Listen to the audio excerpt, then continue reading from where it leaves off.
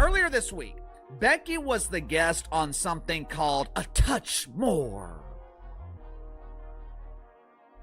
I know this sounds like a show that's exclusive to OnlyFans, but A Touch More is a podcast hosted by the Sue Bird and the inspiration of prepubescent boys, Meg Rapinoe. They were talking to Rebecca Lobo about the unreasonable demands made by WNBA players. That is Rebecca Lobo, one of the absolute original pillars of the WNBA going all the way back to 1997, and now she's serving as one of the top analysts for ESPN. And she just dropped a truth bomb that should absolutely terrify every single player in the league right now. Because she's seeing something they aren't, she's warning them that WNBA players are rapidly losing fan support in the middle of these crucial CBA negotiations, and it's happening fast. She criticized WNBA players for their inability of maintaining support from the fan base. You had the fans' support. All you had to do was shut the hell up. Instead, you displayed your unbelievable entitlement by calling million-dollar annual salaries a slap in the face. When I played in this dump, we were playing for prizes, free scooters, tricycles, just for men, and you have the audacity to complain about receiving $1 million you haven't earned?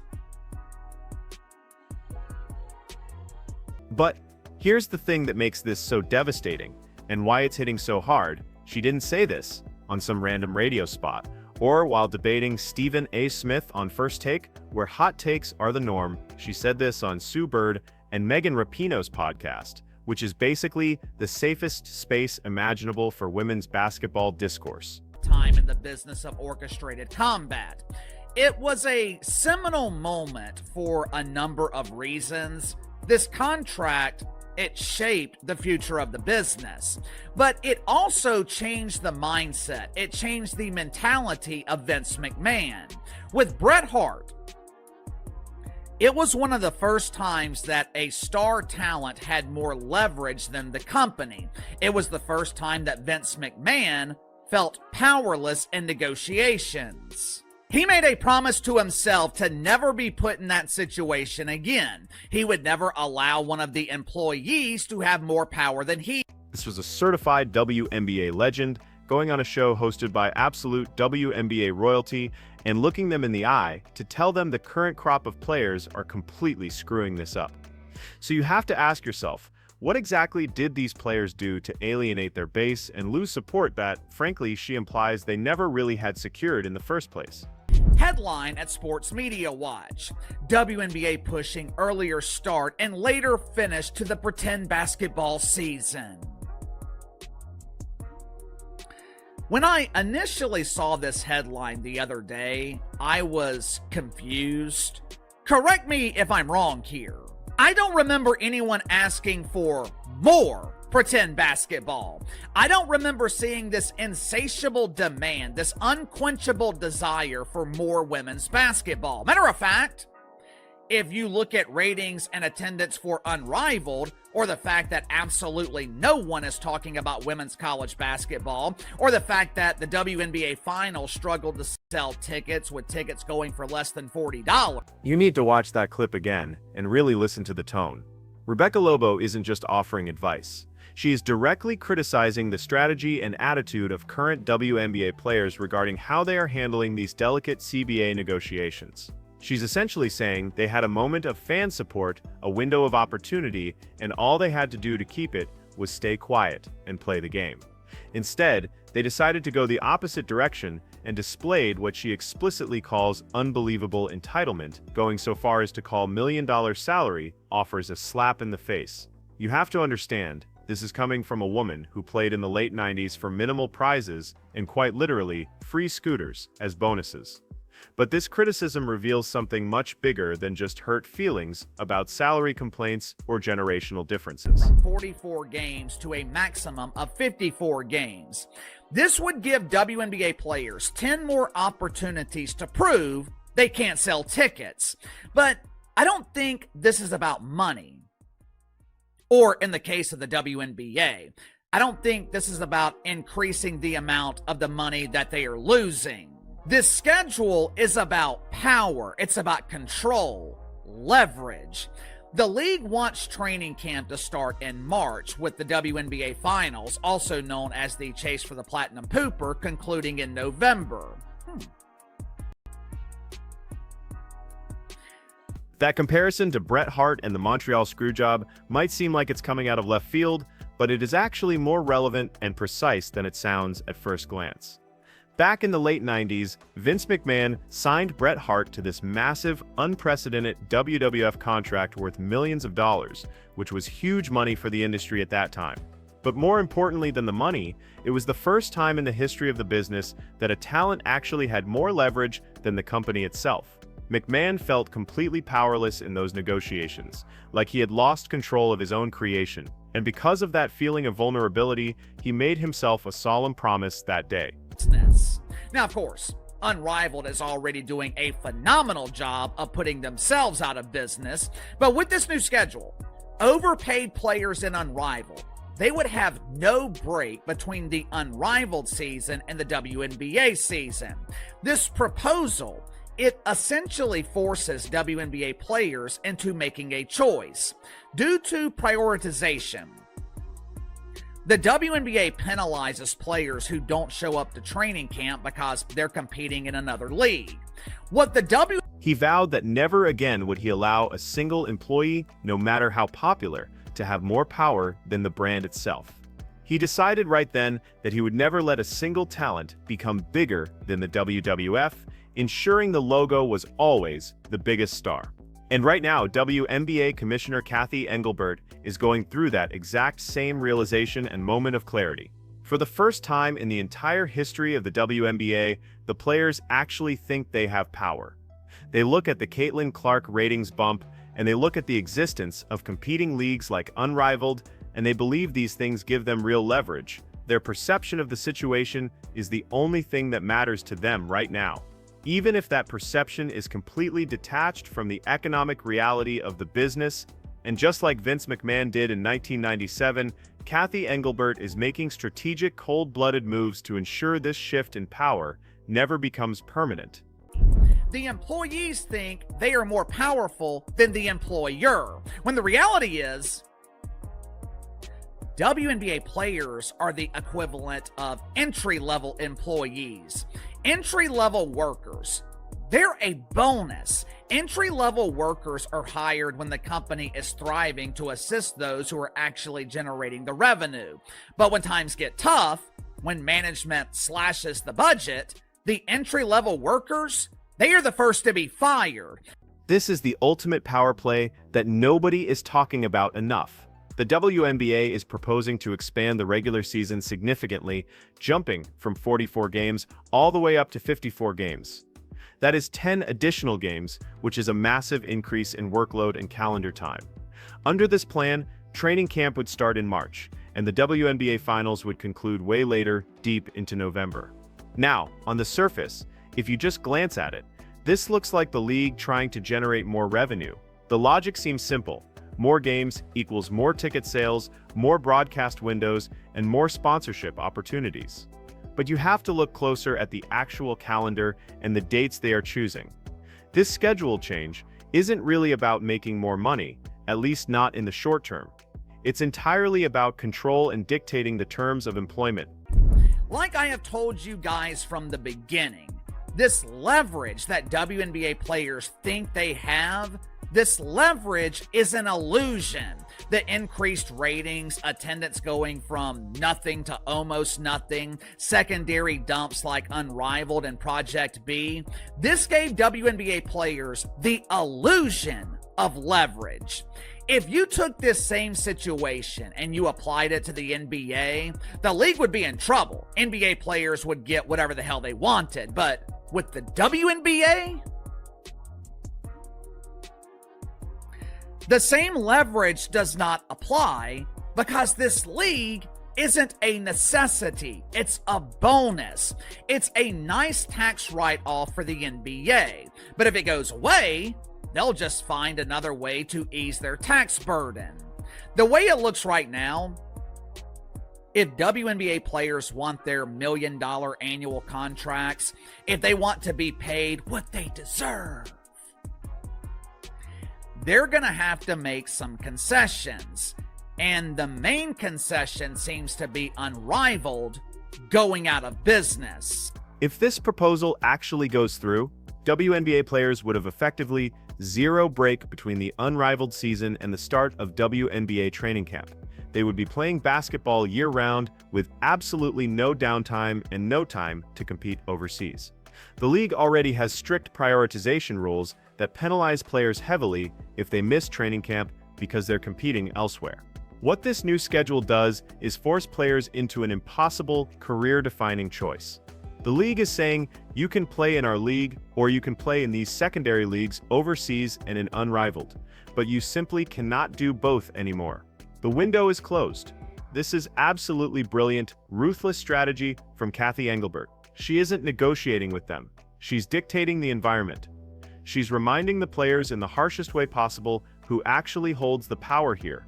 For years now, WNBA players have been living in a bit of a delusion regarding their market value.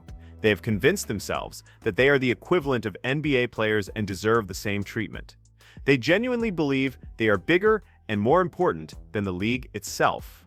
The employees have fallen into the trap of thinking they are more powerful than the employer, but the reality check is coming down the track like a freight train.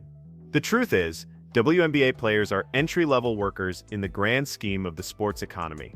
They are a bonus feature, not a structural necessity. It's just like in the corporate world. Entry-level employees get hired when companies are thriving and flush with cash to help support the real revenue generators. But the second budgets get slashed or the economy turns, those entry-level workers are the first ones out the door. It's not because management is cruel. It's because the company doesn't actually need them to survive. Think about what would actually happen in the real world if WNBA players decided to go on strike right now. The harsh truth is that casual fans largely don't care, because the WNBA fanbase is barely existent outside of the Caitlin Clark phenomenon, and the NBA owners, they wouldn't care either because this league loses them money every single year. In fact, the owners would actually save money if the players walked out and refused to play. That is not leverage. That is the exact mathematical opposite of leverage. Now, compare this situation to the NBA to see the difference. If NBA players threatened to strike, the entire league would be in immediate crisis mode. We are talking about billions of dollars in revenue vanishing overnight, destroying the bottom line. Broadcast partners would be screaming on the phone, demanding refunds. Major sponsors would flee to other sports. NBA owners would give the players almost anything they wanted just to avoid that catastrophic financial scenario. But with the WNBA, a strike wouldn't cause panic. It would just be an early vacation for everyone involved and a reduction in operating losses. The illusion of leverage is what makes this entire situation so fascinating to watch. The WNBA players genuinely, in their hearts, believe they have power right now.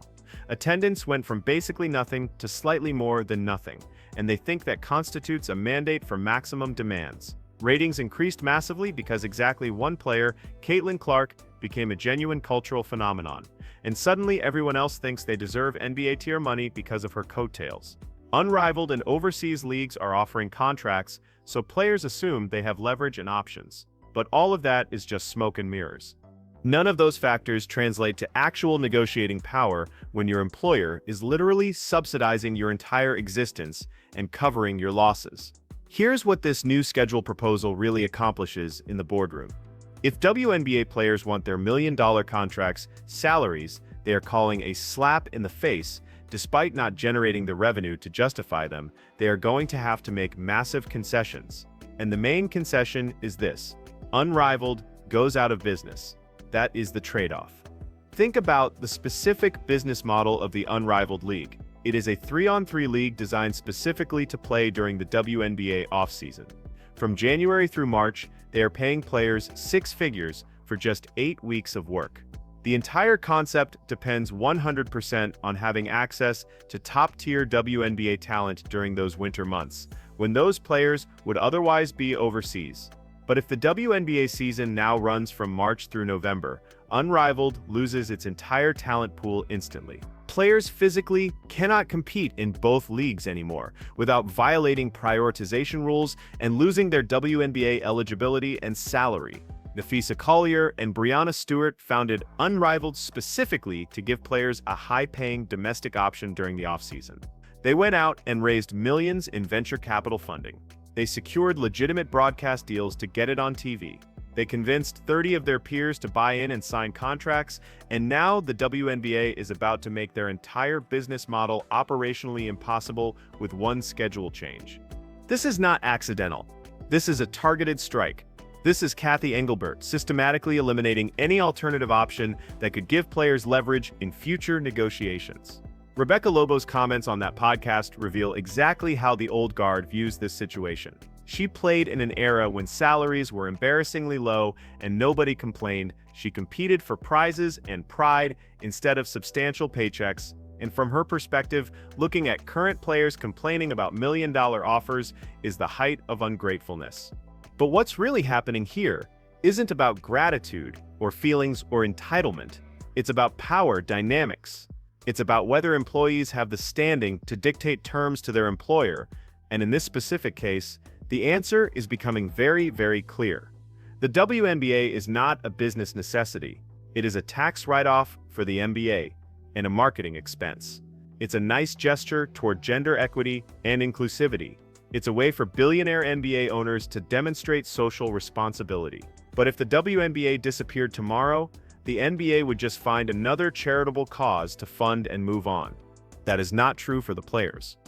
Without the WNBA, most of these athletes have absolutely nowhere else to go to make a living playing basketball.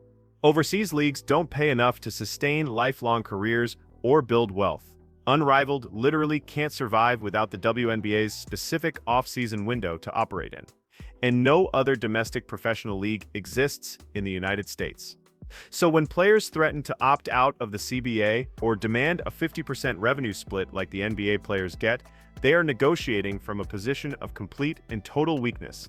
They are pretending to have leverage that they simply do not possess, and the league knows it, which is why this schedule proposal isn't really a proposal at all. It's an ultimatum wrapped in a schedule change. The message is, play by our rules, accept our terms, and stop pretending you have other options, because we are about to eliminate those options entirely. The comparison to Vince McMahon and Bret Hart keeps coming back up because the parallel is so precise. McMahon learned the hard way in 1997 that allowing talent to become more powerful than the brand creates an unsustainable business model. He spent the next 25 years ensuring that no wrestler, no matter how big, could ever hold that kind of leverage over him again. He built the WWE brand to be bigger than any individual performer. And when massive stars like The Rock or Stone Cold left, or when people defected to competing promotions, the company survived just fine because the brand was the draw, not the talent. Kathy Engelbert is applying that exact same corporate philosophy right now. She's making sure the WNBA brand, weak as it might be, remains more important than any individual player. Even Caitlin Clark, who single-handedly generated 90% of the league's increased attention this season, doesn't have enough power to dictate terms on her own, because if Clark walked away tomorrow, the WNBA would still exist. It would go back to playing in empty arenas for minimal television audiences. Sure, but it would survive. The NBA would keep funding it for PR purposes, and to keep the lights on, the league would continue operating at a loss, just like it has for the last 27 years. That is the harsh reality that WNBA players are refusing to accept. They saw one singular season of increased ratings and sold-out arenas, and they convinced themselves that the world had changed. They thought they finally had the leverage they've always wanted. They believed this was their moment to stand up and demand NBA-level treatment and pay, but they misread the situation entirely. The ratings bump was almost entirely due to the arrival of one specific person. The increased attendance was heavily concentrated around a handful of games featuring that same player. The rest of the league remained largely invisible to the mainstream sports fan. And now the bill for that misunderstanding is coming due. Players demanded maximum salaries over $1 million. They went on record calling anything less than that a slap in the face. They compared themselves to NBA players despite generating a tiny fraction of the revenue. They acted entitled to money they hadn't actually earned yet, and in doing so, they gave Cathy Engelbert all the strategic ammunition she needed to put them back in their place. This new schedule proposal will likely pass, regardless of what the players want. Players will complain about it publicly on social media. Some will threaten to sit out the season or play overseas full-time as a protest. But ultimately, they will accept it because they have no other viable choice. Unrivaled will either fold completely or pivot to a different business model that pays much less. Overseas leagues will continue paying modest salaries to American players who can't make a WNBA roster, and the power dynamic will reset to exactly where it's always been, with the league holding all the cards and the players being grateful to have jobs at all. Rebecca Lobo's criticism on that podcast was a warning shot from the old guard to the new generation. She was telling current players that they are drastically mishandling this situation. They had public support, or at least public indifference, which is close enough to support in this business. All they needed to do was accept reasonable salary increases and keep their mouths shut to keep the momentum going. Instead, they complained publicly about million-dollar offers. They positioned themselves as victims despite being subsidized by a more successful league. And in the process, they lost whatever goodwill they might have had with the general public. So where does this leave us when the dust settles? The WNBA will expand its schedule to take up more of the calendar. Players will have to make their choice between playing domestic year-round basketball or continuing to supplement their income overseas. Unrivaled will likely collapse within 2 years because the math doesn't work without the talent. And the next CBA negotiation will happen with players having even less leverage than they do right now. Because that's what happens when you overplay a weak hand. You don't just lose the current negotiation. You lose credibility for every future negotiation too. The tragedy here isn't that WNBA players won't get NBA money. They were never going to get that anyway, because the math doesn't support it, because they don't generate NBA revenue. The tragedy is that they had an opportunity to make actual, meaningful progress. They could have secured better travel conditions so they aren't flying commercial. They could have gotten improved healthcare benefits for life. They could have locked in modest, sustainable salary increases. They could have fought for expanded rosters to give more players jobs, but they got greedy. They demanded everything all at once without the revenue to back it up. And now they are going to end up with less than they could have had if they'd just been patient and strategic. Cathy Engelbert learned from Vince McMahon's playbook, and she is executing it perfectly. Never let the talent become more powerful than the brand. Never allow employees to dictate terms to the employer, and never negotiate from a position of weakness. The WNBA followed those rules to the letter. The players did not. And that is why this negotiation is going to end exactly how Rebecca Lobo predicted it would.